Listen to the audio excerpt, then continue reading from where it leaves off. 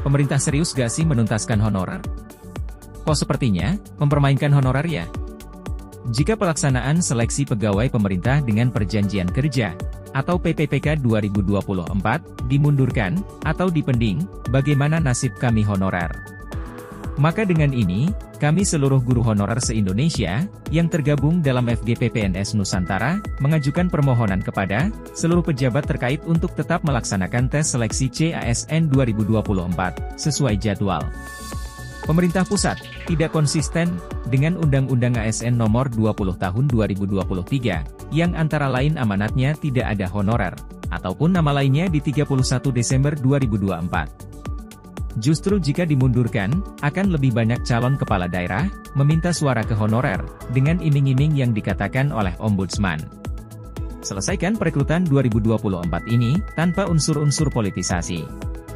Selalu tegakkan kebenaran, dan sesuai dengan undang-undang, supaya tidak ada lagi yang merubahnya, ketentuan yang sudah diatur sedemikian rupa. Jangan membuat undang-undang, kalau bukan untuk ditepati dan dilaksanakan. Dikutip dari surat kabar berita online terpercaya, Borneo News, dirilis oleh Antara, tanggal 3 Mei 2024. Ketua Ombudsman RI, Muhammad Najih, menyarankan, seleksi calon aparatur sipil negara, CASN pada tahun 2024 ditunda, hingga pemilihan kepada daerah serentak, selesai diselenggarakan pada 27 November 2024. Kalau boleh saya mengusulkan, untuk seleksi CASN tahun ini ditunda, sampai dengan selesainya pilkada, biar tidak dijadikan komoditas politik.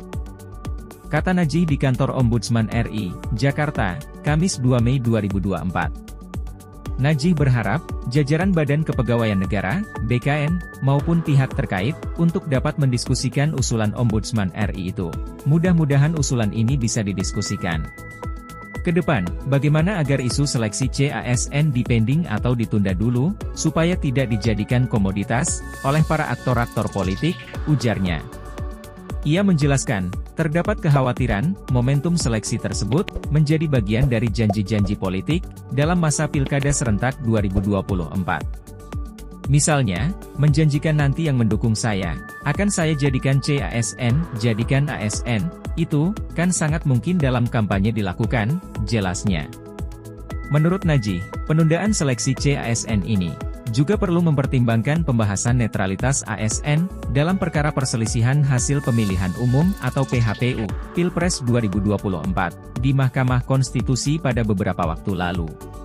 Dalam catatan putusan Mahkamah Konstitusi itu sangat jelas, meskipun dari putusannya, tidak mengaitkan proses keterlibatan ASN sebagai bagian dari hal yang mengurangi nilai demokrasi, tetapi diakui dalam putusan itu, bahwa ke depan netralitas aparatur negara dan ASN, itu harus terus diperbaiki, ujarnya.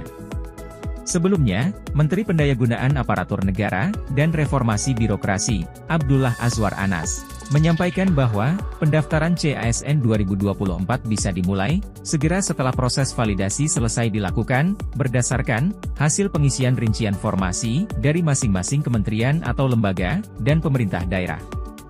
Kementerian PAN-RB dan BKN, sudah lakukan percepatan, pada proses verifikasi dan validasi formasi ASN, dari input yang dilakukan, oleh kementerian atau lembaga, dan Pemda.